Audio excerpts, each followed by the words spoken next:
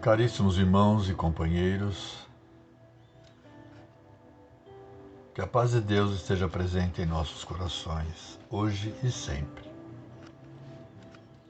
O tema para nossa reflexão está contido no capítulo 16, item 8 do Evangelho segundo o Espiritismo. O tema é a desigualdade das riquezas. Esse tema, sempre que é abordado, levanta a questão da existência de Deus, sua benevolência e, acima de tudo, sua justiça, indagando: sendo Deus bom, misericordioso e justo, por que criou e mantém o planeta Terra, cujas riquezas são distribuídas de forma tão desigual? Sob a ótica das relações humanas, a distribuição das riquezas de modo uniforme, ou seja, todos tendo a mesma porção das riquezas, geraria um desestímulo ao progresso, tanto individual como coletivo. Embora provida de lógica, essa é uma visão limitada, uma vez que não leva em conta a finitude e a fragilidade da vida material.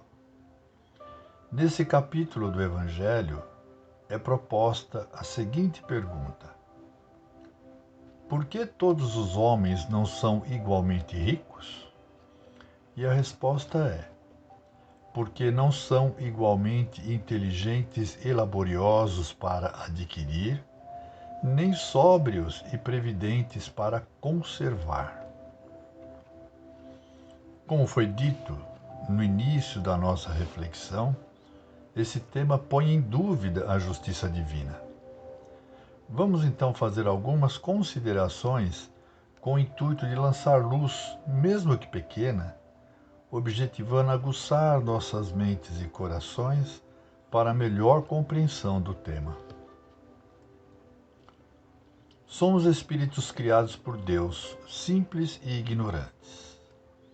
Temos a idade espiritual variada de acordo com o momento que fomos criados.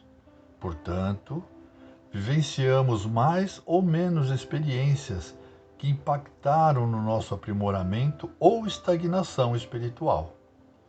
Assim, nossa inteligência e capacidade de trabalho são diferentes, o que faz com que tenhamos mais ou menos possibilidades de acesso às riquezas materiais. Observemos que, embora em momentos diferentes, fomos criados com a mesma condição, ou seja, simples e ignorantes.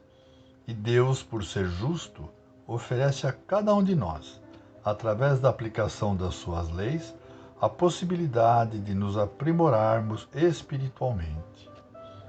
Assim, através das múltiplas encarnações e da aplicação da lei de causa e efeito, aquele que foi abastado numa encarnação pode viver em outra a experiência da pobreza. Dessa forma, é dado a cada um a oportunidade de vivenciar as duas realidades, o que se reveste de grande aprendizado. O livre-arbítrio vai determinar como cada um vai aproveitar cada uma das experiências. Muito bem. Feitas essas considerações, qual é a realidade que ocorre na sociedade através dos tempos até nossos dias?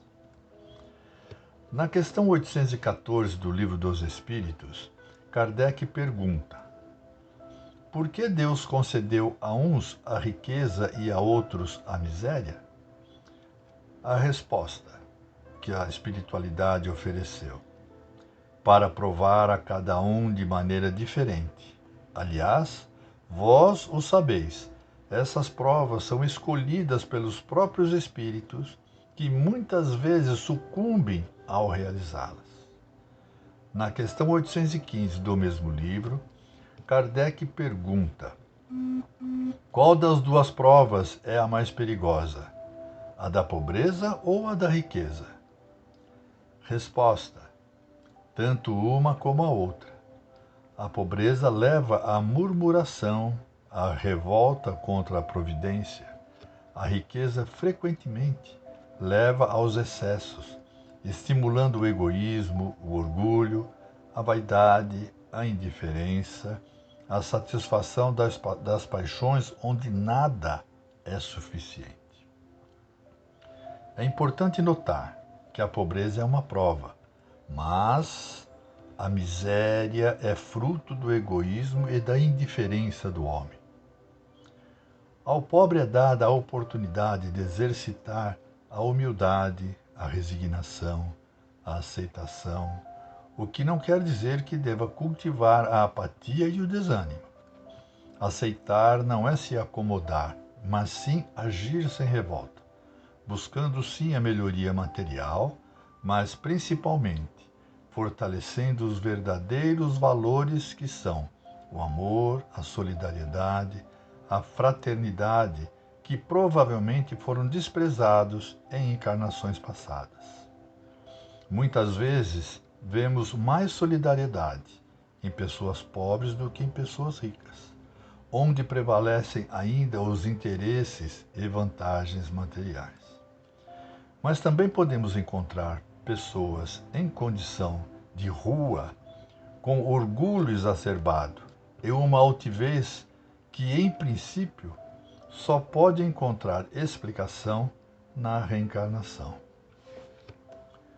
Por outro lado, vemos ricos perdidos pela ambição, sucumbindo pelas facilidades e tentações que o dinheiro proporciona, desvirtuando o verdadeiro propósito dos recursos que Deus lhes colocou em suas mãos, que é o de gerar o bem, o progresso e, mais do que tudo, proporcionar aos mais necessitados o seu próprio sustento, prevenindo assim a miséria.